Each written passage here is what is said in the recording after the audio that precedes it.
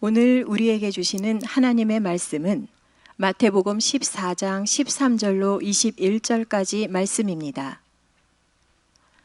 예수께서 들으시고 배를 타고 떠나사 따로 빈들에 가시니 무리가 듣고 여러 고을로부터 걸어서 따라간지라. 예수께서 나오사 큰 무리를 보시고 불쌍히 여기사 그 중에 있는 병자를 고쳐 주시니라.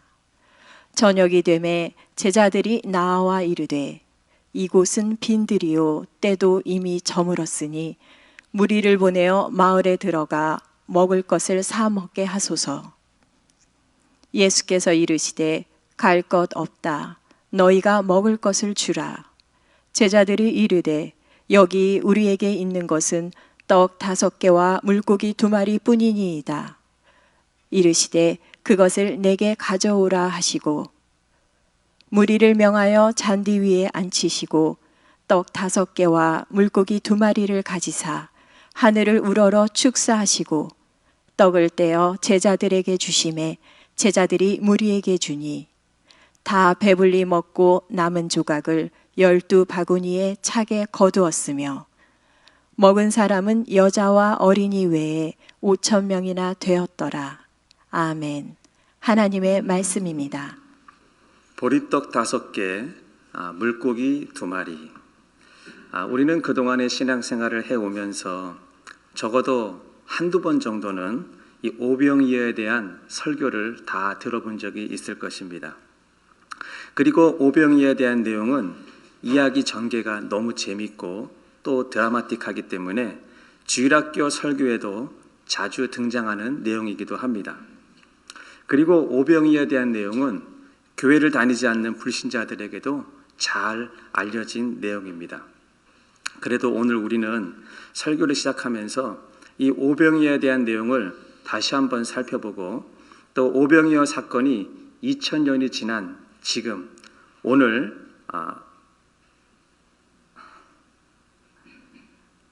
우리에게 어떠한 영적인 교훈을 주는지 한번 살펴보고자 합니다. 먼저 오병이어는 예수님께서 가버나움 지역에서 갈릴리 바다 건너편 그 벳세다라고 하는 곳으로 가면서부터 이야기가 시작이 됩니다. 갈릴리 바다는 말이 바다지 사실은 아주 커다란 호수입니다.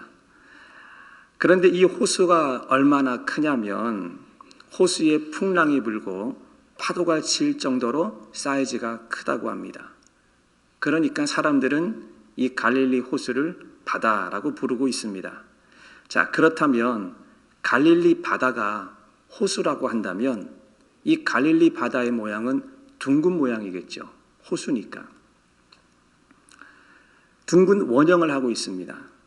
자, 그래서 예수님께서 이 갈릴리 바다 건너편 그 벳세다라고 하는 곳으로 가자라고 말씀을 하면서부터 이 오병이어가 시작이 되는데 이 벳세다라고 하는 것은 갈릴리 지방에서 정반대편에 있는 도시가 아니라 또 갈릴리 지방의 옆에 있는 작은 어촌 도시였습니다. 그러니까 타원형으로 된 큰 호수의 옆에 있는 도시라고 한다면 예수님이 배를 타고 가실 때 배가 어디로 가는지 사람들이 육안으로 볼 수 있었다라는 것이죠. 그러니까 마음만 먹으면 배가 가는 곳이 눈으로 보이기 때문에 얼마든지 해안가를 끼고 따라갈 수가 있었다라는 것입니다. 마가복음 6장 33절을 보시게 되면 그들이 가는 것을 보고 그랬습니다. 여기서 말하는 그들이라고 하는 것은 예수님과 제자들의 일행입니다. 자, 예수님과 제자들의 일행이 배를 타고 가는 것을 보고 많은 사람들이 예수님인 줄 알아본지라 그랬어요.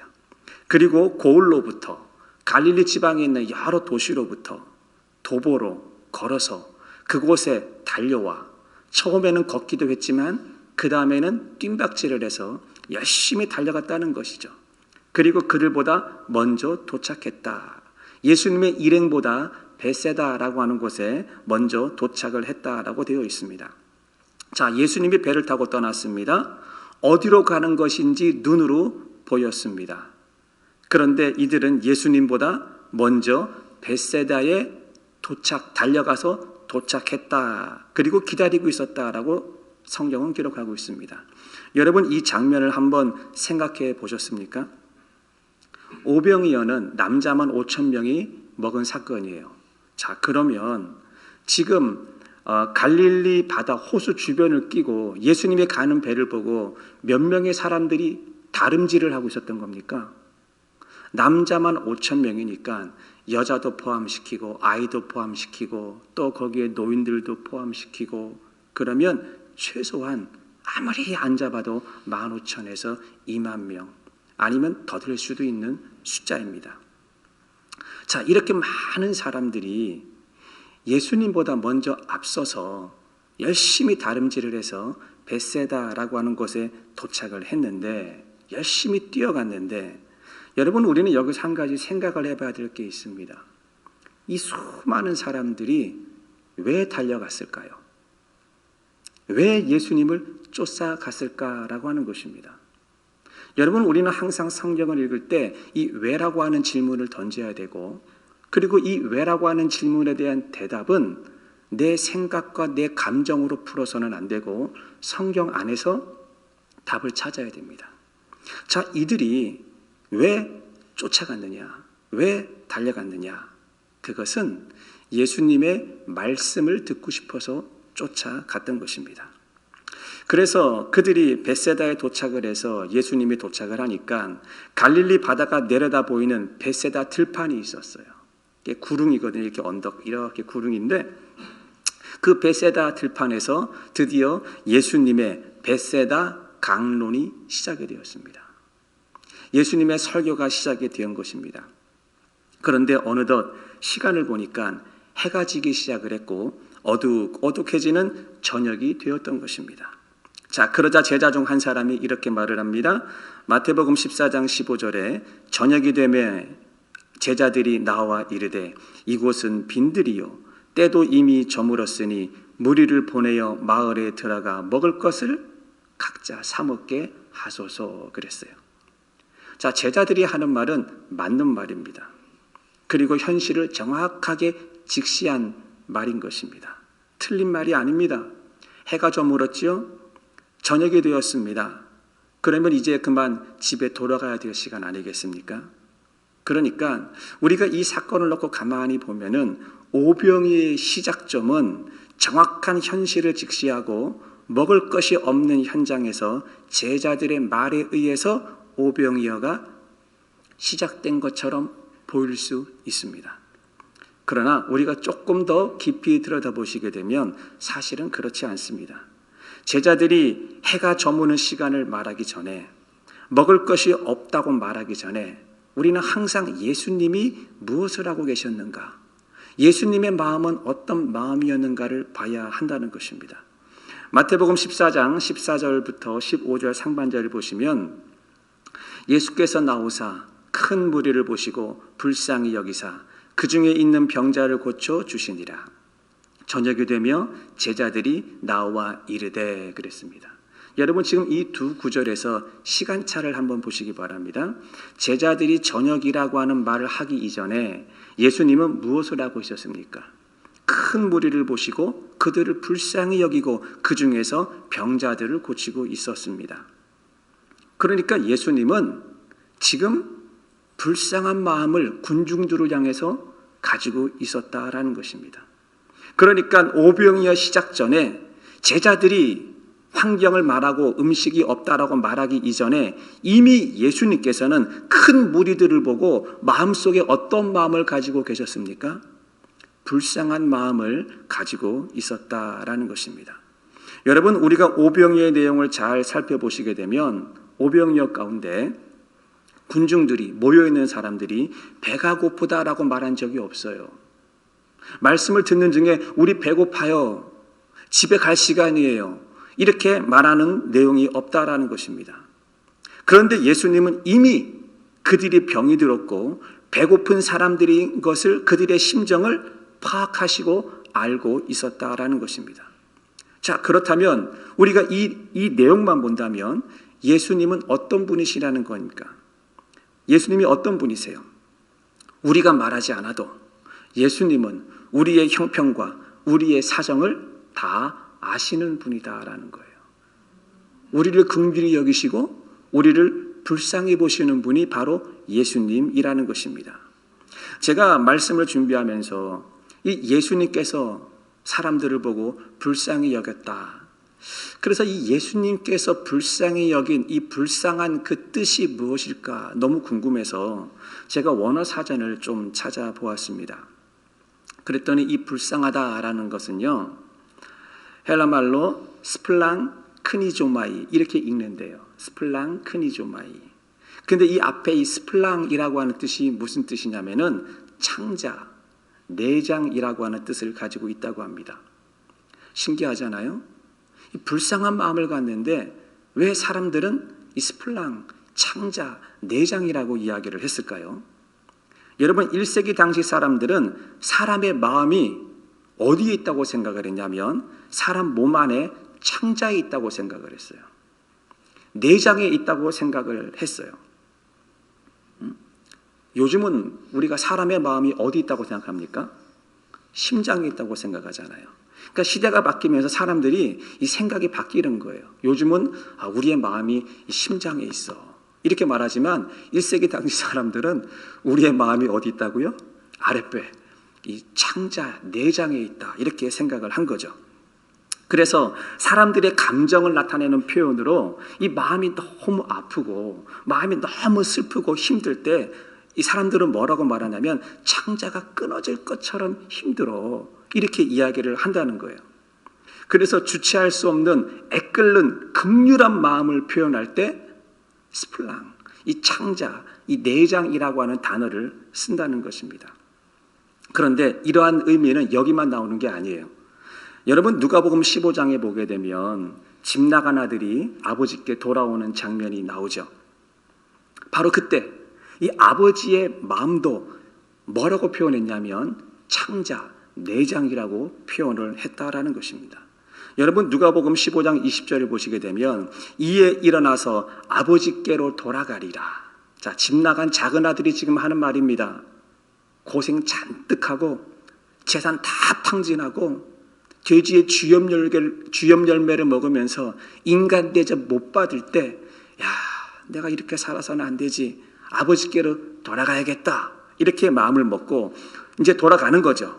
아직 거리가 먼데 아버지가 그를 보고 치근히 여겨 달려와 목을 안고 입을 맞추었다. 이렇게 나와요.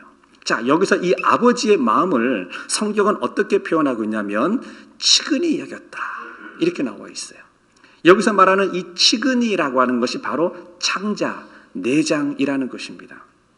그러니까 예수님께서 벳세다까지 따라온 큰 무리를 보시고 불쌍히 여기셨다라고 하는 말은 제자들이 지금 저녁 때라고 말하지 않아도 예수님은 이미 무엇을 알고 있었던 것입니까? 저들이 배가 고플 것이다. 저들이 힘들 것이다. 이거를 예수님은 이미 알고 계셨다라는 것이에요. 이것이 예수님의 마음이었고 이것이 하나님 아버지의 마음이었던 것입니다. 그래서 이와 유사한 표현이 마태복음 15장 32절에 또 이렇게 나오고 있습니다. 예수께서 제자들을 불러 이르시되 내가 무리를 불쌍히 여기노라. 스플랑, 내가 창자, 내장 너무 힘들고 아프다는 거죠. 그들이 나와 함께 있은 지 이미 사흘임에 먹을 것이 없도다. 길에서 기진할까 하여 굶겨 보내지 못하겠다. 이렇게 말했습니다. 지금 이 내용은 칠병이어에서 나오는 말입니다. 자, 제자들이 돌아가는 길에 예수님께서 어떻게 생각했어요? 저들이 기진할까 봐, 가는 길에 굶어서 쓰러질까 봐 내가 도저히 빈손으로 보내지 못하겠다. 지금 예수님은 이렇게 군중들을 향해서 사람들을 향해서 생각하고 계셨다라는 거예요. 바로 이것이 우리 부모님, 아버지의 마음이라는 것입니다. 사랑하는 성도 여러분, 우리는 살다 보면 때로 너무 힘들고 인생이 어렵게 느껴질 때가 있습니다. 우리는 내 인생이 나는 왜 이렇게 살아야 되는가 너무 힘들고 어렵게 느껴질 때 우리는 자연스럽게 들어오는 마음이 있어요. 어떤 마음이 들어오냐면 신앙이 있기 때문에 하나님이 지금 내 형편을 알고 계실까? 지금 내가 무엇 때문에 힘들지, 내 마음의 상태가 어떤지 하나님이 아실까? 우리는 이런 마음이 들어올 때가 있어요. 아무도 모르게 자존심이 상하고 수치스럽고 내가 울고 있을 때 예수님이 내 마음을 알까? 이런 마음이 들 때가 있습니다. 그런데 여러분 오병이어 사건을 보시게 되면 예수님이 아신다 그러셨어요. 예수님이. 제자들이 지금 저녁입니다. 먹거리가 없습니다. 집에 돌아가야 됩니다. 굳이 이 말을 하지 않아도 예수님께서는 이미 알고 있었다라는 거예요. 저들이 돌아가는 길이 기진할까 봐 저들을 불쌍히 여기고 예수님은 이미 알고 있었다라는 거예요. 얼마큼이요? 불쌍히 여기는 마음으로. 이 불쌍히가 뭐예요? 창자가 꼬일 정도로, 창자가 너무 아플 정도로, 지금으로 말하면 우리 심장이 너무 쓰라릴 정도로 자식을 바라보면서 부모의 마음이 너무너무 아파하고 있다라는 것이죠. 그러니까 사랑하는 성도 여러분, 오병이어를 통해서 보여주신 예수님은 어떤 분이십니까? 예수님은 우리가 말하지 않아도 우리를 불쌍히 여기고 있는 분이시다는 거예요. 일일이 시시콜콜하게 내가 다 말하지 않아도 예수님은 우리의 형편과 우리의 사정을 다 아시는 분이시라는 것입니다. 그러니 우리가 아무리 힘들고 어려운 일을 겪어도 나는 나 혼자야 이런 생각을 해서는 안 된다라는 것이에요. 왜냐하면 예수님이 나를 알고 계시기 때문에. 예수님이 나를 안다는 얘기는 내가 힘든 그 현장에 누구와 함께 있다는 거예요? 바로 그 예수님이 나와 함께하고 있다는 것입니다. 그러면 우리가 이것을 알고 내가 이것을 믿고 살아간다라고 한다면 우리는 어떠한 위기가 다가오고 어떠한 힘든 일이 다가온다 할지라도 예수님이 나와 함께한다는 것을 믿으면 반드시 넘어가게 될 줄 믿습니다. 자, 그러면 두 번째로 이 오병이어 사건에서 우리가 한 가지 더 생각해 봐야 할 것이 있는데, 그것은 예수님은 사람을 바라보고 불쌍히 여기신다 그러셨거든요. 자, 그러면 예수님이 불쌍히 여기는 대상이 누구였을까라고 하는 것입니다. 지금까지 설교를 들으신 분들은 그야 당연히 우리겠지, 예수님이 나를 불쌍히 여기겠지라고 생각을 하실 것입니다. 자, 그렇다면 저는 이런 질문이 들어요. 그러면 예수님은 모든 사람들을 다 불쌍히 여기느냐라는 거예요. 그렇지 않습니다. 제자들이 예수님께 하는 말을 잘 들어보세요. 마태복음 14장 15절에 저녁이 되매 제자들이 나와 이르되 이곳은 빈들이요 때도 이미 저물었으니, 이렇게 말하고 있습니다. 자, 지금 제자들이 말하는 이곳은 빈들이요 그랬는데 이곳이 어디냐면 빈들이랍니다. 빈들. 자, 예수님 앞에 나와 있는 사람들의 위치가 어디입니까? 전부 다 빈들에 서 있었다라는 거예요. 그래서 우리는 이 빈들이라고 하는 단어에 주목을 해야 됩니다. 여러분, 그러면 빈들이 어디입니까? 빈들. 아무것도 살 수 없는 empty, 빈 공간이 빈들입니까? 음식을 사야 되는데 대형 슈퍼마켓도 없고 식당도 없는 것이 빈들입니까? 여러분, 우리가 이 빈들이라고 하는 뜻을 정확히 알려면 다시 또 이 빈들의 원어를 한번 살펴봐야 되는데, 이 빈들이라고 하는 것은 두 개의 단어가 합친 단어입니다. 첫 번째는 빈이라고 하는 단어와 두 번째는 들이라고 하는 단어예요. 그러니까 빈들이 하나가 아니에요. 비어있다, 들. 자, 그러면 이 빈이라고 하는 뜻이 무슨 뜻이냐면은 이 에레모스라고 있는데, 이 빈이라고 하는 것은 이 고독하다, 나 혼자다, 외롭다, 쓸쓸하다, 버려진 상태다. 이것이 에레모스예요. 우리가 알고 있는 이 빈이라고 하는 것은 empty, 빈 공간, 아무것도 없는 것, 그것이 아니라 이 빈이라고 하는 것은 고독하다, 나 혼자다, 외롭고 쓸쓸하고 버려진 상태라는 거예요. 자, 그러면 들이라고 하는 것은 무엇입니까? 토모스라고 있는데 이것은 장소, 어떤 지점을 말하는 거예요. 자, 그러면 이 두 단어를 한번 합쳐보겠습니다. 에레모스, 토모스, 빈들이라고 하는 것은 고독한 장소, 혼자뿐인 장소, 외롭고 쓸쓸한 장소라는 것입니다. 자, 그러니까 예수님을 만나는 장소가 어디입니까? 빈들입니다. 예수님을 만나는 장소가 어디입니까? 고독한 장소입니다. 예수님을 만나는 장소가 어디입니까? 나 혼자 있는 곳입니다. 외로운 곳입니다. 쓸쓸한 곳입니다. 그런데 이 외롭고 쓸쓸하고 아무도 알아주지 않는 그 자리가 결코 나쁜 자리가 아니더라는 것입니다. 왜냐하면 우리는 그 자리에서 예수님을 만날 수 있기 때문이라는 거예요. 사람들이 바쁘고 즐겁고 여러 사람이 많이 모인 곳에서는요, 예수님을 만나기가 어려워요. 너무 바빠서, 너무 재밌어서, 너무 즐거워서 우리는 예수님을 만나기가 힘이 듭니다. 죄송한 말씀이지만 사람들은 빈들에 있어야지 예수님의 말씀이 잘 들려오는 것이에요. 지금 빈들에 모여있는 사람들이 누구였습니까? 마태복음 14장 14절 말씀을 보시게 되면 예수께서 나오사 큰 무리를 보시고 불쌍히 여기사 그 중에 있는 병자를 고쳐주셨다 그랬습니다. 여러분, 그 중에 있는 병자를 고쳐주셨다. 그 중에 있는 병자가 의미하는 것이 무엇이죠? 이 병자는 아픈 사람입니다. 이 병자는 고독한 사람이고요, 혼자뿐인 사람이고요, 그 당시 사회로부터 소외당한 사람이에요. 외롭고 쓸쓸한 사람이에요. 이 병자가 자신의 병을 고치기 위해서 무슨 일을 안 해봤겠습니까? 무슨 약을 먹어보지 않았겠습니까? 하다 안 되고 너무 인생이 피곤하고 힘드니까 그 먼 거리를 예수님을 만나기 위해서 해안길을 따라서 쫓아온 것 아니겠습니까?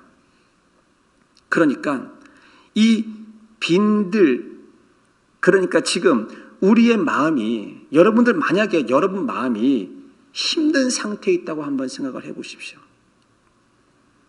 내가 마음이 외롭고 내 주변에 사람이 많지만 내가 어려운 일을 만났다라고 한다면 바로 여러분들은 지금 빈들에 계시는 거예요.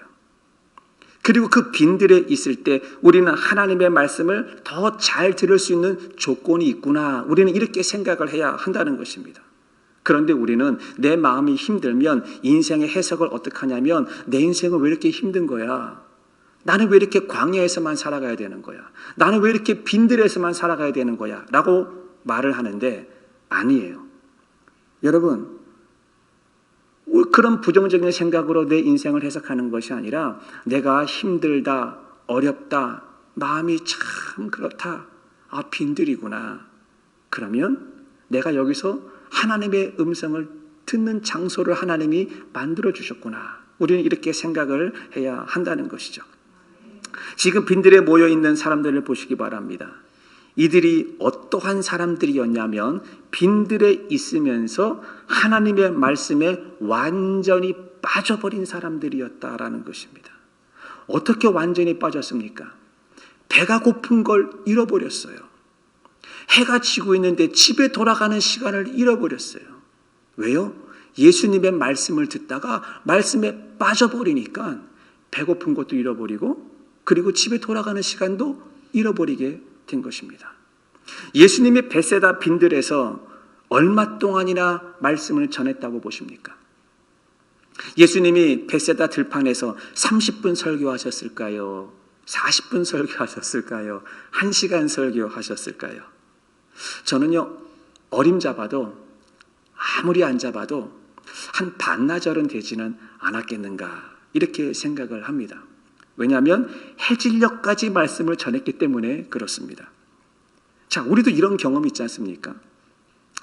지금은 이 팬데믹, 코로나 때문에요, 아마 당분간은 이 부흥회라든지 사람들을 많이 모아놓고 하는 이 연합 집회, 이런 것들은 하기 힘들 겁니다.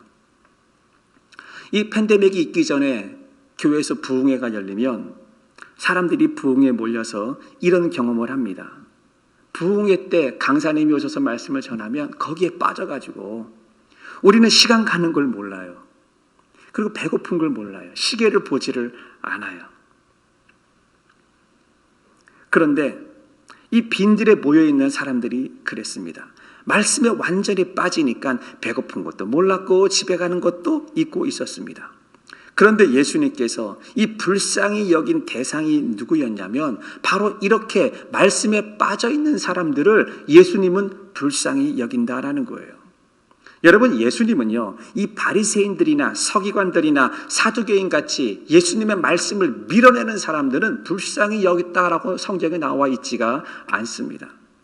예수님이 불쌍히 여기는 사람, 그런 사람은 말씀을 사모하는 사람, 말씀에 빠져있는 사람을 향해서 예수님은 그들을 향해서 긍휼한 마음을 갖고 계셨다라는 거예요. 그러니까 우리가 말씀을 가까이 하는 삶을 살게 되면 우리는 예수님의 마음을 얻게 되는 거죠. 여러분, 말씀을 사모하게 되면 우리는 예수님의 마음을 얻게 되는 삶을 살게 된다라는 거예요. 마가복음 6장 34절을 보시게 되면 예수께서 나오사 큰 무리를 보시고 그 목자 없는 양 같음으로 인하여 불쌍히 여겼다 그럽니다. 여러분, 목자 없는 양 같아서 불쌍히 여겼답니다. 성도들도 잘 알다시피 양이 어떤 동물입니까? 양은요, 목자의 손길이 없이는 절대로 스스로 혼자서는 살아갈 수 없는 짐승이 양입니다. 그러니까 양이 사는 길은 어떤 길이냐면 전적으로 양은 목자의 음성을 듣고 목자에게 딱 달라붙어서 목자를 따라가는 삶을 살아야 양은 행복한 거예요. 여러분, 성도가 사는 길은요, 말씀에 딱 달라붙어서 말씀을 사모하고 말씀에 빠져 있어야 성도가 사는 것입니다. 믿으십니까? 자, 그렇다면 목자의 음성을 듣고 목자를 따라가는 것이 무엇일까요? 말씀을 사모하는 거고 우리가 말씀 안에 들어가는 것이죠. 그러면 예수님께서 어떻게 하신다는 거예요? 그들을 바라보고 긍휼히 여긴다, 불쌍히 여긴다, 이렇게 말씀을 하셨습니다. 그러니까 예수님은 누구나 다 모든 사람을 불쌍히 여기고 긍휼히 여기는 것이 아니라 특별히 말씀을 사모하는 사람들, 말씀을 깊이 묵상하는 사람들을 예수님은 어떻게 한다는 거예요? 그들을 바라보고 긍휼한 마음을 갖고 계신다라는 거예요. 그러니까 예수님이 불쌍히 여긴 대상은 모든 사람이 아니에요. 예수님 앞에 나와서 예수님의 말씀을 사모하는 자예요. 사랑하는 성도 여러분, 우리가 환경이 어떠하든지 간에 환경 탓하는 것이 아니라 그 환경 가운데서 말씀을 가까이 하고 사모하는 삶을 사시기를 주의 이름으로 축원을 드립니다. 그러면 환경을 뛰어넘는 하나님의 은혜가 우리 가운데 임하게 될 줄 믿습니다. 자, 마지막 세 번째 우리가 봐야 될 것은, 자, 하나님의 말씀에 빠진 사람들에게 일어나는 일들이 있어요. 말씀에 빠진 사람들. 자, 지금 우리는 오병이어 설교를 듣고 있습니다. 그럼 눈치가 빠른 사람들은요, 벌써 정답을 찾았을 거예요. 하나님의 말씀에 빠진 사람들에게 일어나는 일이 무슨 일이 일어날까요? 항상 성경에서 답을 찾으라 그랬죠? 무슨 일이 일어납니까? 오병이어가 일어나죠. 여러분, 말씀에 빠져보세요. 우리 삶 속에 오병이어가 일어난다는 겁니다. 제자들이 예수님께 먹을 것이 없다고 말을 했을 때 예수님께서 제자들에게 뭐라고 말을 했던가요? 너희가 가서 먹을 것을 주어라 그랬습니다. 지금 제자들은 문제를 만났습니다. 먹을 게 없습니다. 문제를 가지고 왔는데 예수님께서 뭐라고 말씀하셨냐면 너희가 먹을 것을 주어라 그랬습니다. 제자들의 생각과 예수님의 생각은 달랐습니다. 너희가 먹을 것을 주어라 라고 하는 것은요, 지금 문제를 가지고 왔는데 너희 안에 답이 있다는 거예요. 먹을 것이 없다고 그랬는데 너희 안에 먹을 것이 있다라고 지금 예수님께서는 말씀하고 있는 것입니다. 그래서 너희 안에서 찾아보라는 거예요. 내 안에서 찾으라는 얘기, 내 문제 안에서 배고픔의 문제를 찾으라는 것이죠. 그래서 제자들이 찾아봤어요. 찾아봤더니 한 아이가 있었는데 그 아이가 보리떡 5개와 물고기 2마리를 가지고 있었습니다. 요한복음 6장 9절을 보시게 되면 여기 한 아이가 있어 보리떡 5개와 물고기 2마리를 가지고 있나이다. 그러나 그것이 이 많은 사람들에게 얼마나 되겠습니까? 자, 지금 이것은 안드레가 하는 말이었습니다. 예수님, 한 아이가 있는데 이 아이가 보리떡 5개하고 물고기 2마리를 가지고 있습니다. 저는 이 안드레가 했던 말, 이 한 아이에 대해서 잠깐 생각을 해보고자 합니다. 여러분, 유대 당시에 이 아이라고 하는 이 단어는요, 몇 살 미만이 아이냐면 12살 미만이 아이예요. 예수님께서 12살이 되었을 때 이 성인으로 간주를 하고 부모님을 따라서 유월절을 지키기 위해서 예루살렘에 갔던 사건이 있습니다. 그러니까 12살 이하가 미만이 아이인 것이죠. 그러니까 이 아이라고 하는 이 사람은 이 유대인들에게 있어서 사람 축에도 못 껴요. 좀 미안한 이야기지만 숫자에서 빠져요. 아무것도 아닌 존재라는 것이죠. 그런데 이 아무것도 아닌 이 존재가 뭘 가지고 있었냐면 보리떡 5개하고 물고기 2마리를 가지고 있었어요. 여러분, 이 당시 보리떡이라고 하는 것은요, 이 보리를 빻아요. 가루를 내요. 그리고 그 안에다가 아무것도 넣지도 않고 이 보리 가루를 가지고 만든 빵이 보리떡이에요. 그러니까 맛이 있겠어요? 없겠어요? 아무 가미가 안 됐어요. 그러니까 먹기가 얼마나 힘들었겠습니까? 그러니까 이 당시 유대인들에게 있어서 보리떡이라고 하는 것은 가장 보잘것없는 음식이고 가장 싸구려 음식이고 가장 가난한 사람들이 먹는 음식이었습니다. 제가 여러분들에게 이 보리떡을 한번 보여드릴게요. 사진 한번 띄워봐 주십시오. 저게 지금 보리가루로 만든 이 보리떡입니다. 여러분, 저거 드셔보셨어요? 저는 먹어봤어요. LA에서 아는 성도님이 보리떡이라고 해서 저를 하나 사다 주셨는데 이 성경에 나오는 보리떡이니까 제가 호기심이 생겨서 먹었어요. 먹었는데 얼마나 맛이 없던지 저 안에 아무런 조미도 되어 있지도 않고 저것이 딱딱하게 굳어져 가지고요. 식감은 어떤 줄 아세요? 거칠어요. 딱딱해요. 부드럽지도 않아요. 맛도 없어요. 먹기도 힘들어요. 그래서 저 보리떡하고 같이 갖고 다니는 것이 생선이에요. 근데 이 생선이 무슨 생선이냐면은 소금에 절여서 말린 생선이에요. 우리 한국적인 정서로 말하면 조기 있죠, 조기. 조기 짭짤하지 않습니까? 그러니까 이런 생선을 가지고 다니는 거예요.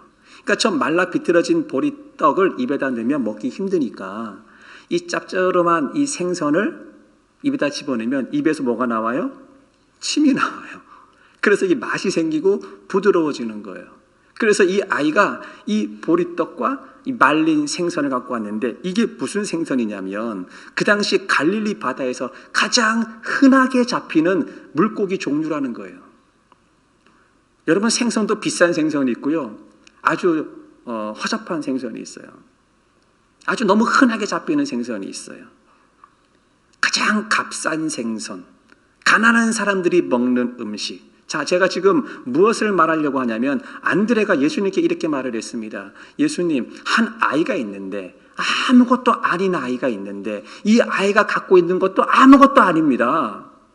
보리떡? 이거 너무나 싸구려 음식이고 먹기 힘든 음식이고 생선? 이거 소금에 절인 생선이고 아무것도 아닌데 이 아무것도 아닌 것 가지고 뭐가 되겠습니까? 지금 이렇게 말을 하고 있다라는 거예요. 그런데 예수님께서 뭐라고 말씀하셨습니까? 너희가 먹을 것을 주라라고 말씀을 하셨습니다. 너희 안에 답이 있다라는 것입니다. 사람들이 보기에는 아무것도 아닌 것처럼 보이는 보리떡 5개, 물고기 2마리 찾아봐, 이렇게 이야기하신 것입니다. 문제를 푸는 키가 무엇이냐? 내 마음을 힘들게 만들고 내 마음을 어렵게 만드는 문제가 있는데, 여러분, 내 마음을 힘들게 만들고 어렵게 만드는 그 문제는 너희 안에 답이 있는데, 그것이 무엇이냐? 너희가 바라볼 때 아무것도 아닌 것, 거기서부터 출발을 한다는 거예요. 보리떡 5개 아무것도 아니잖아요. 물고기 2마리 아무것도 아니잖아요. 어린아이 사람 죽여도 먹기잖아요. 그런데 그것을 예수님의 손에 올려놓으니까 어떻게 됐습니까? 여러분, 내 생각에는 아무것도 아니라고 생각하는 그것, 정말로 보잘것없다라고 생각하는 바로 그것, 여러분, 그것을 찾아서 예수님의 손에 올려놓아라 라고 지금 예수님께서는 말씀하고 있는 것입니다. 여러분, 말씀에 빠진 사람들의 행동이 무엇입니까?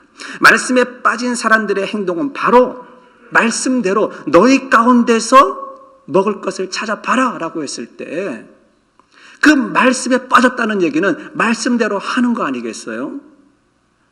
말씀을 읽고 안 하면 말씀에 빠진 게 아니잖아요. 그렇죠? 그러니까 이 말씀에 빠져있는 사람들은 예수님이 너희 가운데 먹을 걸 찾아라, 지금 우리가 해야 될 게 있습니다. 여러분, 우리는요, 우리 가운데 보리떡 5개를 찾아야 돼요. 내 환경 가운데 물고기 2마리를 찾아야 되는 거예요. 내가 그냥 스쳐 지나갈 수 있고, 이건 아무것도 아니라고 생각할 수 있고, 아, 이것쯤이야 라고 생각할 수 있는 것들이 있어요. 말씀 앞에서 다시 가만히 묵상을 하고 기도를 하고 성경을 읽어보십시오. 내 삶 속에서 보리떡 5개하고 물고기 2마리가 반드시 보이게 될 줄 믿습니다. 그러면 그것을 어떻게 해야 돼요? 예수님의 2 손에 올려놓아야 돼요. 예수님의 2 손에 올려놓으면 그 다음에 예수님이 하시는 일이 있어요. 예수님이 하시는 일이 무엇이냐? 하늘을 우러러 축사하시고, 그게 예수님이 하시는 일이에요. 내가 아무것도 아니라고 생각하는 그것을 예수님의 손에 올려놓으면 예수님께서 축사하시고, 내 삶 속에 무엇이 나타납니까? 오병이어의 기적이 나타나게 되어 있다라는 것입니다. 믿으십니까?